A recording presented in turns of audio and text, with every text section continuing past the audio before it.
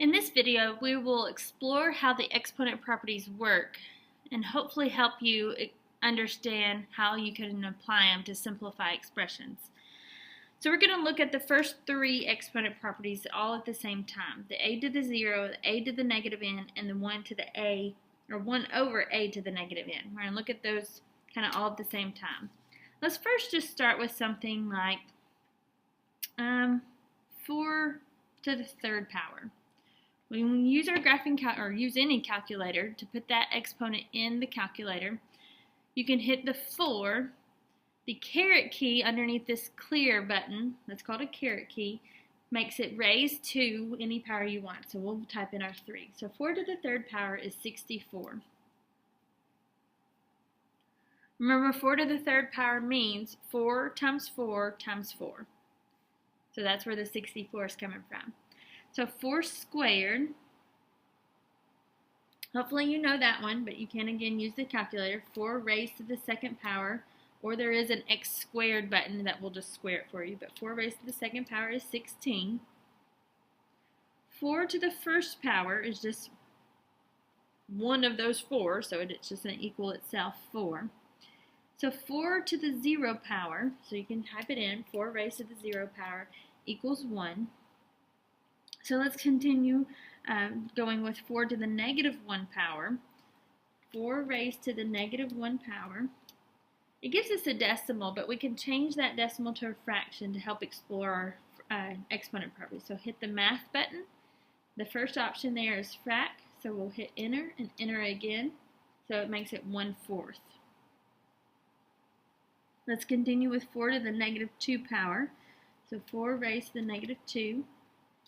Again, gives us a decimal. Hit math, enter, enter to make our fraction to 1/6 or 1/16. And then we'll do 4 to the negative third power. 4 raised to the negative third power. Math, enter, enter. We get 1 over 64. So notice what's happening here. Let's first look at just our negative exponents. If we have that negative exponent, it ends up being a result of 1 over the positive exponent. See, our 4 to the third power was 64.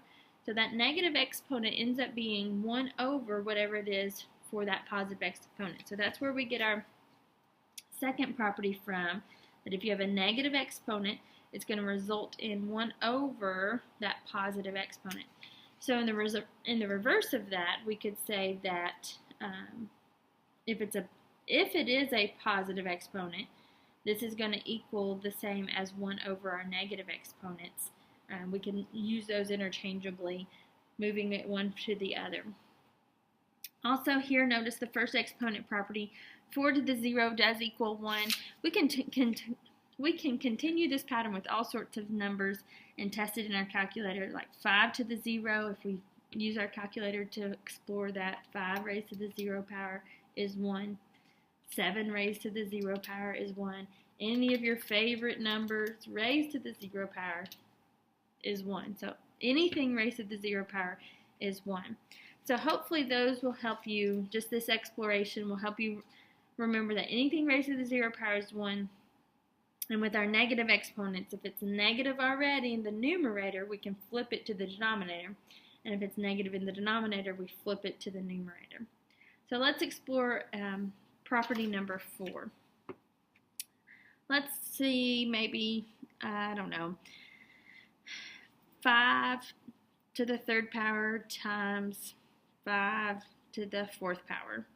So we could calculate that each individually, figuring out what 5 to the third power and 5 to the fourth power is, and multiply that together. But if we also think about what the properties do, and the property says that we can add the 3 and add the 4 together in order to get it in simplified forms. So let's see how that will work out if we kind of explore that. 5 to the third power means 5 times 5 times 5. Well, we're multiplying that with 5 to the fourth power. So that means 5 times 5 times 5 times 5. So we have 3 of those 5s here and 4 of those 5s there. If we notice all together, we have 7 of them. So it can be written as 5 to the 7th. So that's where it comes from, that you can just add 3 and 4 together to get your new exponent of 7. So let's check that with the graphic or with the calculator. So 5 raised to the third, we're going to multiply that with 5 raised to the fourth. So that gives us this 78,125. Our 5 raised to the seventh should give us the same value, and it does. So we could try that with other numbers and see that anything, so maybe let's do 7 raised to the second power times 7 raised to the fourth power. Now we already did a 4, so let's do a 3. So let's write out those two 7s, so 7 times 7 times, let's write out these 3. So we have 2 here and 3 there. That gives us 7 to the 5th power. So if we check that, 7 squared times our 7 to the 3rd power, that should equal the same as 7 raised to the 5th power, and it does. So hopefully that will help you remember when you have like bases. This only works when we have like bases. You can add your exponents. Because once our exponents get larger and they're no longer 2s, 3s, 4s, or small numbers, it's difficult to write them out. Maybe if we had 7 to the 23rd power times 7 to the, 42nd power, that would be a lot of 7s to have to write out and count. So this hopefully will help you remember, just you add together the pieces you had to equal that simplified form. Let's look at another one. Let's see property 5, how that one would work. Let's do, let's take a 6 and raise it to the 3rd power, and then we're going to square all of that.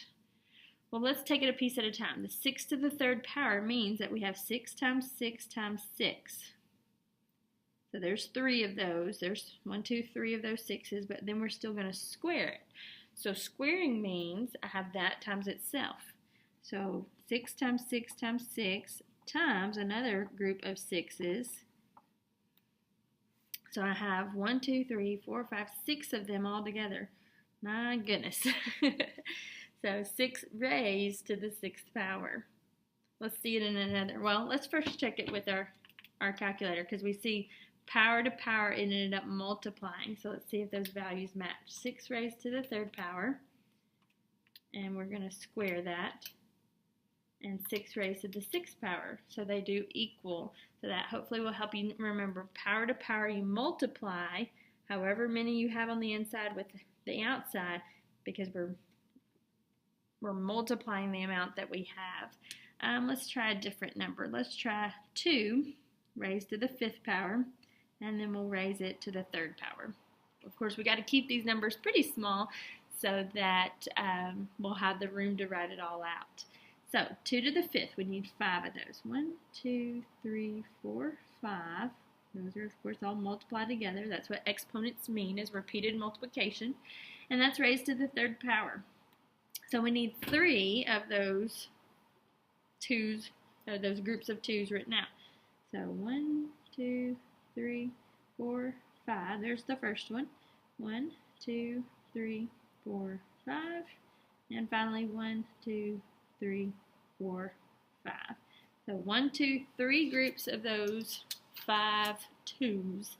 So if we count them, there's 5, 10, 15. We would have 2 to the 15th power. So if we go back, 5 times 3 is 15. So power to power we can multiply.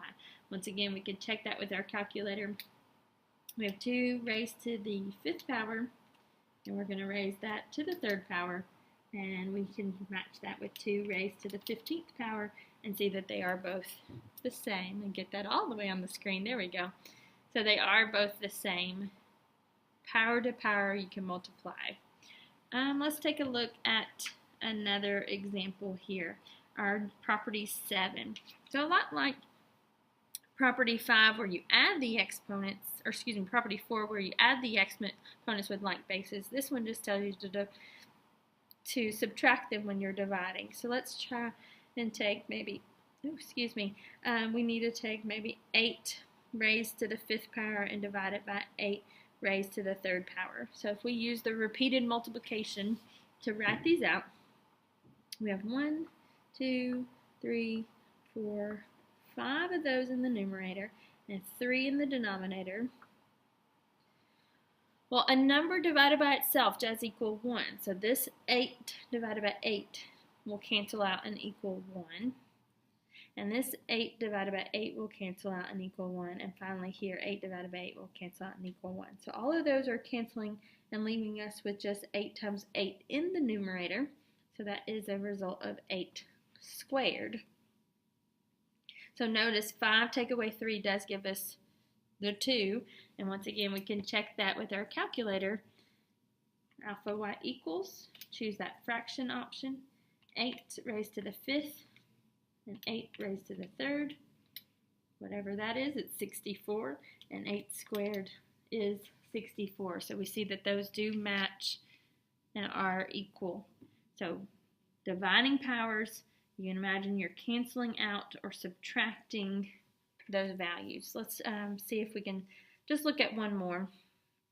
Let's do this time 4 raised to the 6th power, and we'll do 4 raised to the 2nd power. So let's write out 6 of those 4s. So 1, 2, 3, 4, 5, 6.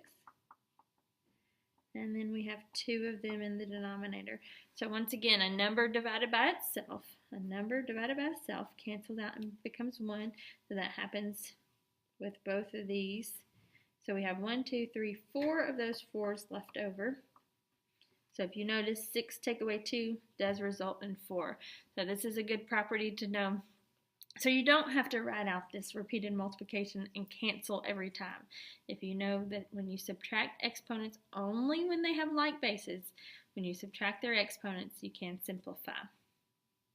So hopefully this helps you get a better understanding of how the exponent properties work.